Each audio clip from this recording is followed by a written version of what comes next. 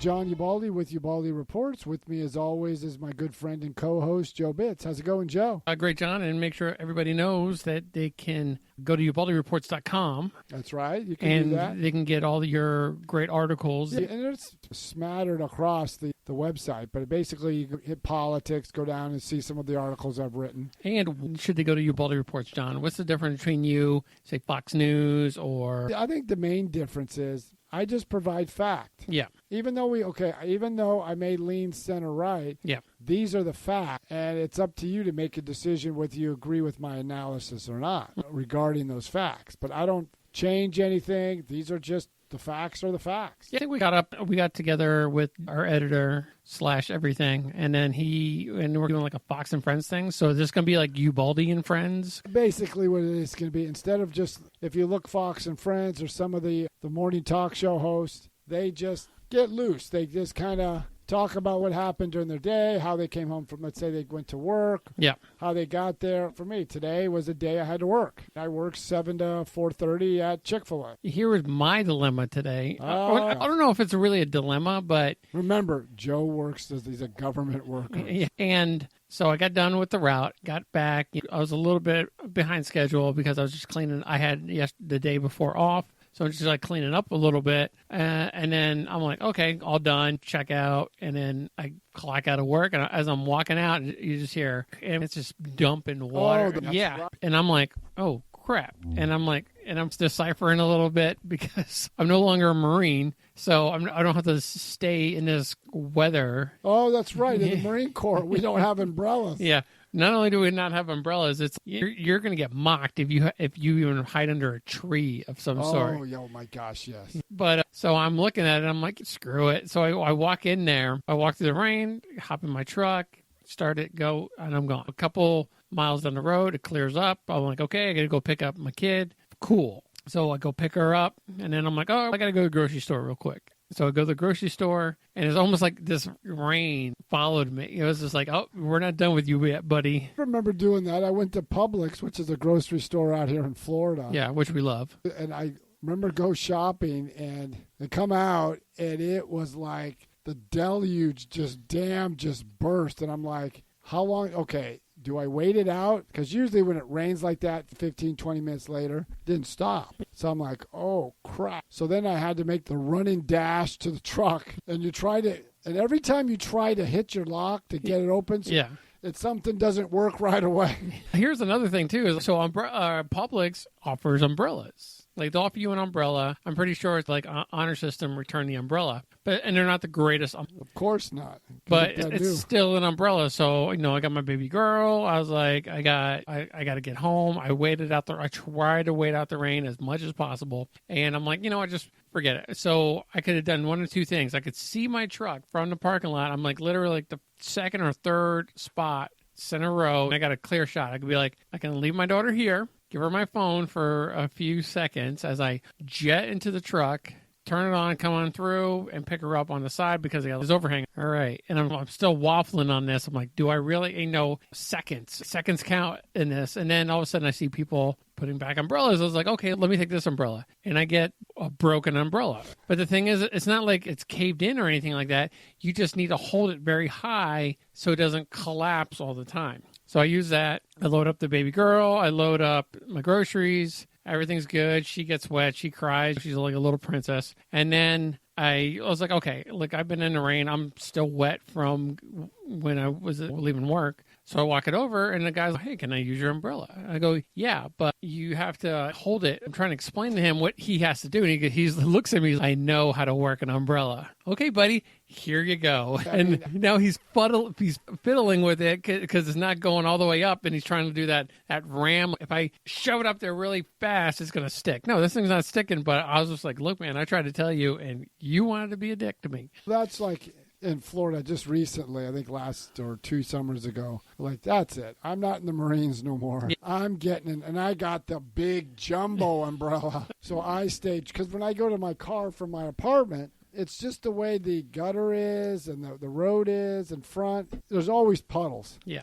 And you got this river coming down the middle of the road to get to the truck. So you're trying to step over, and I'm like, screw that. I'm getting an umbrella. But it reminds me, because in the Marines, umbrella. Yeah. But then it reminds me of another story. When I was working at Chick-fil-A, well, still working at Chick-fil-A, I got my COVID test, got my COVID shots or the vaccination. The first one, nope. The second one, I was down. I got it on Tuesday. Didn't sleep much Tuesday night. Yeah. Wednesday, I woke up. I was sluggish. I was like, and so I had to go to work. Yeah. And I worked a 9-hour shift. So I finally got my break. I started at 8, got my break at 1:30, and then I got something, a little bite to eat. Then I got something to drink, like my protein shake, and I was good after that. Yeah. So I told the kitchen manager, hey guys, if you're gonna get your vaccination, don't do what I did. Get the shot the day going into a day off, not on the day off. Yeah. So he was saying, oh my God, you looked pale as a ghost. Everybody was worried. We were all worried about you. And I just told them in the Marine Corps, and I was straight with them. I go, I wasn't going to call out sick. And he goes, I know. I told everybody, they're like, here's a guy that's 56 and he works harder than anybody here. Yeah. But I told them in the Marines, and you know this all too well, you don't go to sick bay unless you're dying. Yeah, because you get shunned with this. Yeah, you get shunned as like a sick bay commando or once. I mean, you better be dying. You better have a bone protruding out of your skin, or you're just like. The only time I went to sick bay, flu because I was vomiting. Yeah, everybody can get that. I had chicken pox, went to sick bay for that. Everybody understands that. No one wanted to be around me because I was contagious, so they'd lock me in a room somewhere for a week. Yeah. But they understood. But if you go to sick bay and don't come back with something like says bed rest or you're dying, you are. Yeah. And he was like, wow, I didn't know that. I had a hernia for crying out loud. I'm still waffling behind. I was like, do I really need to go? I can tuck it back in every so often. I had shoulder surgery in the morning. I got home by 1 p.m. I had a meeting at 5.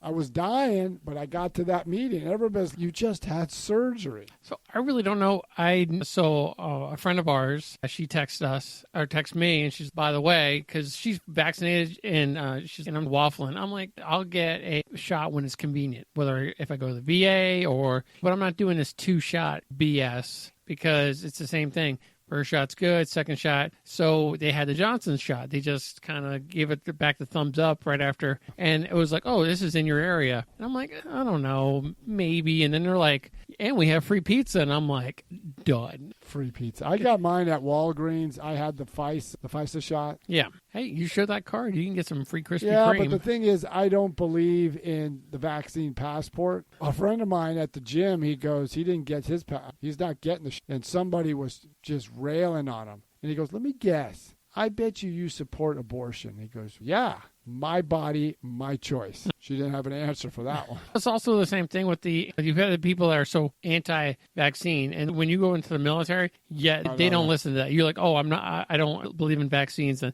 they'll laugh at you while they're sticking some gun into your shoulder and giving you Were you in boot camp when they had the automatic guns? Yeah, you just walk down the line. I think they still have them. Yeah, I don't know.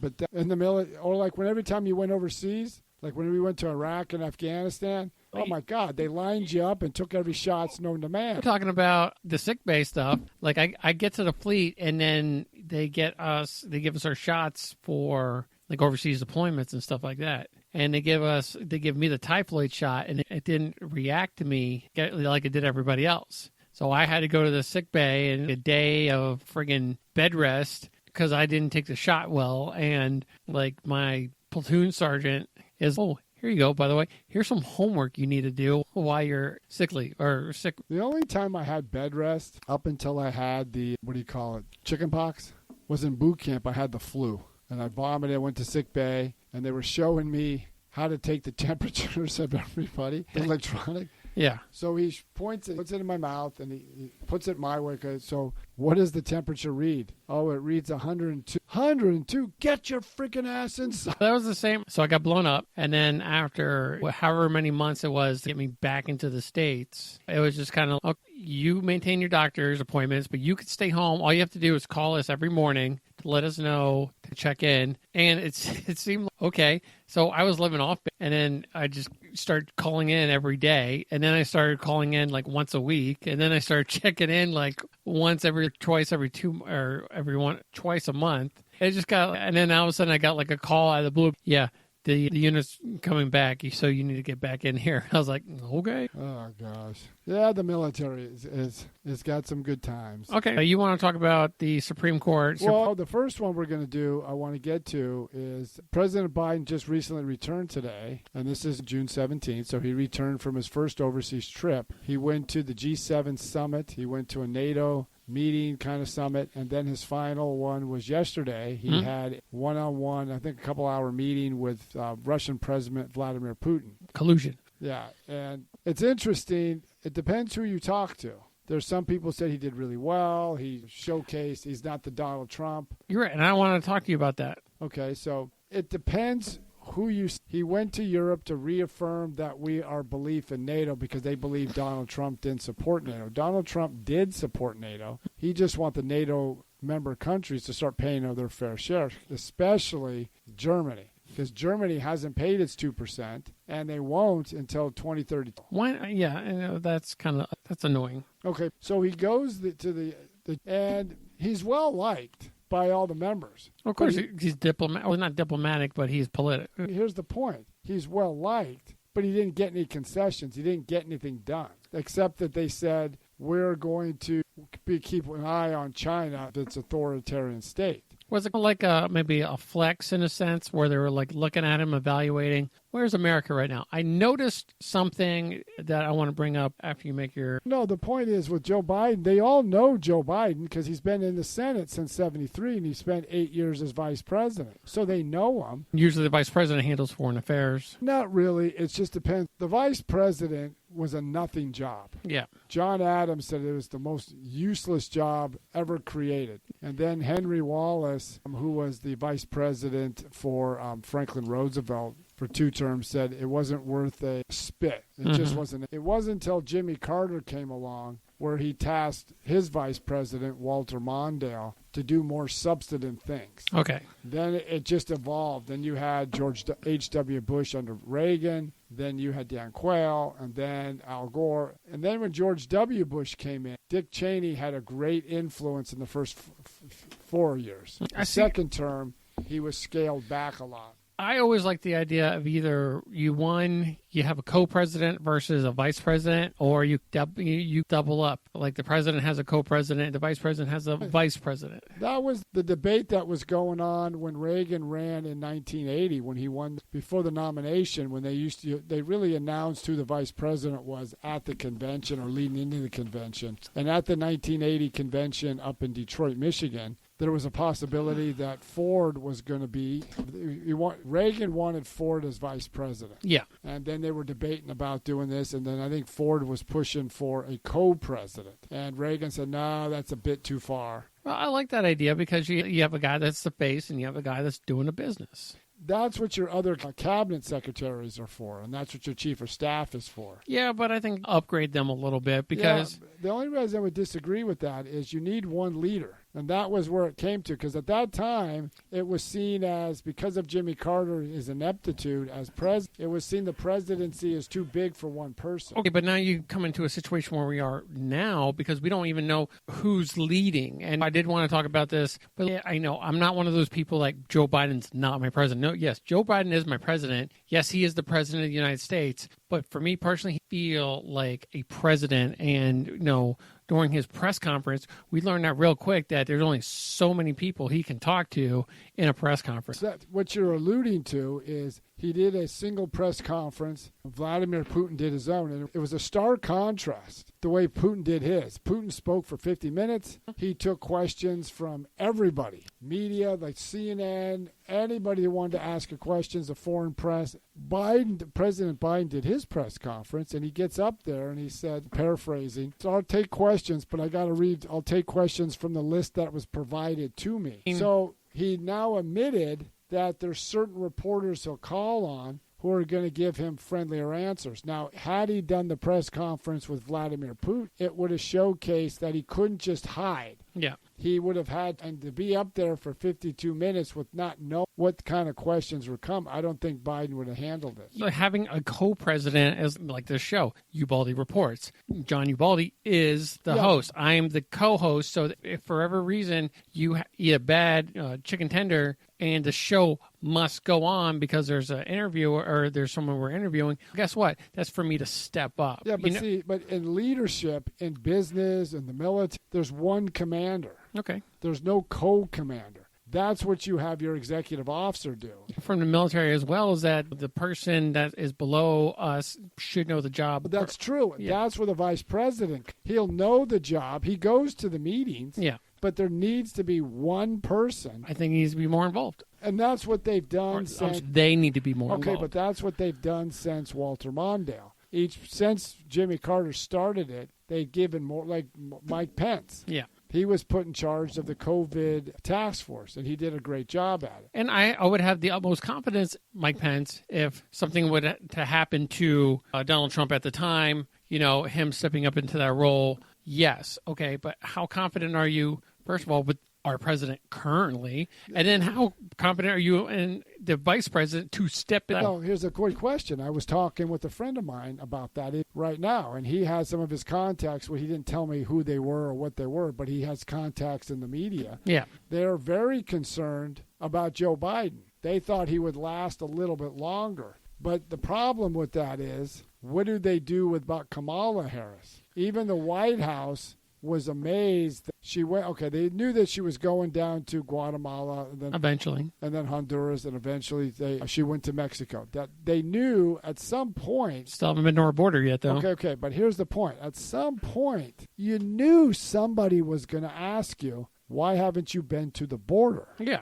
So when she said, "We've been to the border," he goes, "You've been to the border? I haven't been to Europe either." And even the White House was like, "That's your answer?" Yeah. You could have made up something. We're first going to tackle the point of origin. We'll get to the border once we get this kind of solved, then we'll get down there. She could have said a multitude of things, or be better prepared. Yeah. But the problem with Kamala Harris is that it's just like when she said, "I support Medicare for all, and I want to abolish all private insurance." She didn't understand Medicare, how it works. Yeah. But going by this trip with Vladimir Putin, all it did was elevate Vladimir Putin and elevate Russia as an equal of the United States on the world stage. Yeah. And then I think Joe Biden made a strategic blunder when he said, "These are the areas you will not hack." So he put out all these red lines, and now if the Russia does something, now you're forced to react. Yeah. Now the one thing, I'll say this one point. People may not like Donald Trump, but our adversaries didn't know what he was going to do. He was unpredictable. And I kept him at bay. Because if you don't know what the other side's going to do, you're not exactly eager to poke the bear. Going back to, so what I saw, so they set the stage as like a little bit of a photo op. It's a little bit of a photo op. It had 4 people in the front or in the back, 5 people up front. But who was the center of attention when it came to the G8? It seemed like England with their president. That's because Prime Minister, that's because they were hosting it? Boris Johnson was hosting it in England. Where was the last one? And it was Donald Trump center of that one. The G7 last year, I believe, was canceled because of the COVID. And I think that was done virtually. See, but I think there's like a little something there. Like you can almost tell the leader or the front runner of anything when you see that person's center of like the picture. No, okay. This one, I don't know how they decide who it is. I think maybe it just is a photo op where every leader of the country gets a chance to be. But if that was the case, I would wonder, why isn't the Wall Street Journal, why isn't any news source using that picture of our president up front? See, that I don't know. But the one thing with the G7 and the NATO summits is that the United States is the big dog, is the 800-pound gorilla in the room. Yeah. So Joe Biden goes there, and he was saying, I'm not Donald Trump. We're going to reaffirm NATO. We're going to do agreements. We're going to try to get better relations with Germany. But here's the question. What did the United States get out of it? Here's an example. Nothing. When Joe Biden lifted the restrictions or the sanctions off Nord Stream 2. Yeah. And just for our listeners' sake, Nord Stream 2 is an oil pipeline or energy pipeline that goes from Russia down through the Baltic Sea into Germany. It bypasses Poland and also bypassed the pipelines through Ukraine. Yeah. So Trump put sanctions on it to say, hey, you're not getting energy from Russia, and you want us to protect you from Russia. So Joe Biden is trying to get better relations with Angela Merkel and Germany. Yeah. What does it do for the United States? We're giving billions of dollars to Vladimir Putin, and it's also dubious to see if that pipeline is going to be around because there's an election, I think, in September in Germany where the Green Party, who's adamantly opposed to that because they want to believe in anti-fossil fuel. But the thing is, with everything he did in Europe, what did we get out of it? So I wanted to go back a little bit because I had a question and now it came to mind, was that are you being overly critical of this current president versus our last president when it comes to how he's handling the summit? Do you see anything that he has been doing that is positive, or has he just been bumbling through this whole entire thing? The only thing that's positive, I never liked the rhetoric, the attack, constantly attacking that Donald Trump pursued as president. I wish he would have dialed that portion back. Yeah. And Joe Biden, has the more presidential aspect of it. But the problem is actions speak louder than words. Yeah. Joe Biden talks tough, but just like Barack Obama, when he was president, he put all these red lines. The annexation of the Crimea won't stand. It did. Russian incursion into eastern Ukraine won't stand. It did. And people got to remember, Russian separatists trained by Russia shot down a Malaysian airliner that killed about 240 plus people. Yeah, the one thing that I really liked about the current administration was the fact that he gave America a sense of balls, like we weren't to be trifled with. Well, that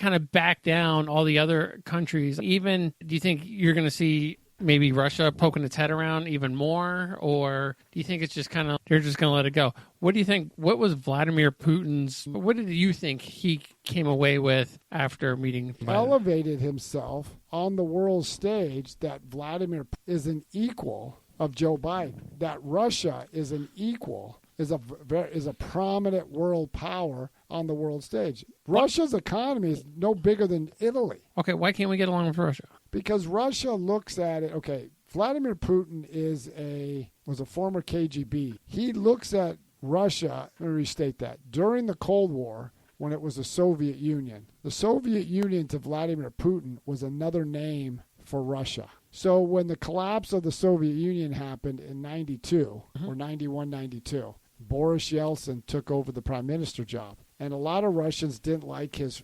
flamboyant style, his alcoholism, all these other, just didn't like it. But then the Russian people suffered greatly in the 90s. All these oligarchs and billionaires took over all these state-run industries. They pocketed all the money. There was massive, and the people suffered. Yeah. And Russia's influence on the world stage suffered. Putin comes in, that's it. And now there was an agreement that NATO wouldn't expand beyond its borders where it was. And then when Bush Sr., then Clinton definitely, and even George Bush Jr. expanded NATO eastward, and Russia always feared the West. But it also comes down, they believe the West humiliated Russia, and Vladimir Putin is going to strengthen the Russian nation as a power at one, or try to reestablish it as a power at once. I'm just trying to figure out why can't we just all get along? Like, why can't America and Russia just like? Hey. You're looking at it the way you see it. Yeah. You've got to look at it how Vladimir Putin sees things. Well, I mean, he's not going to be president forever. But you can't look at it like that. He's already extended it way beyond. He's changed the Constitution so he can last longer. Remember, President Obama looked at, well, if I was Vladimir Putin, I would do this. You're not Vladimir Putin. He sees things differently than the way things. Yeah. To him, democracy doesn't have the ring that we like to have it. Yeah. All right.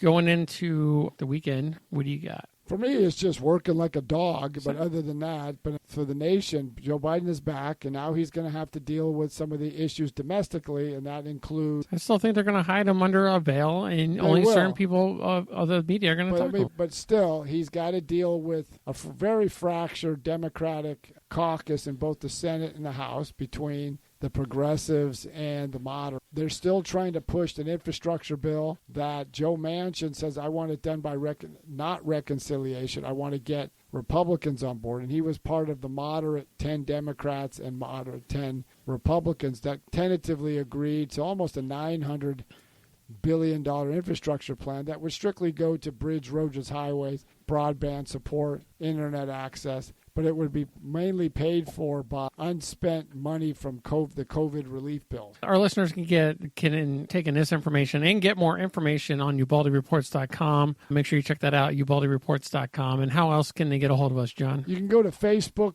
Instagram, and Twitter. Just type in Ubaldi Reports. If you go to Facebook, you can go to Ubaldi Reports group, and you can put something down there, and we'll get it. We read it every day, and we'd like to hear what you think.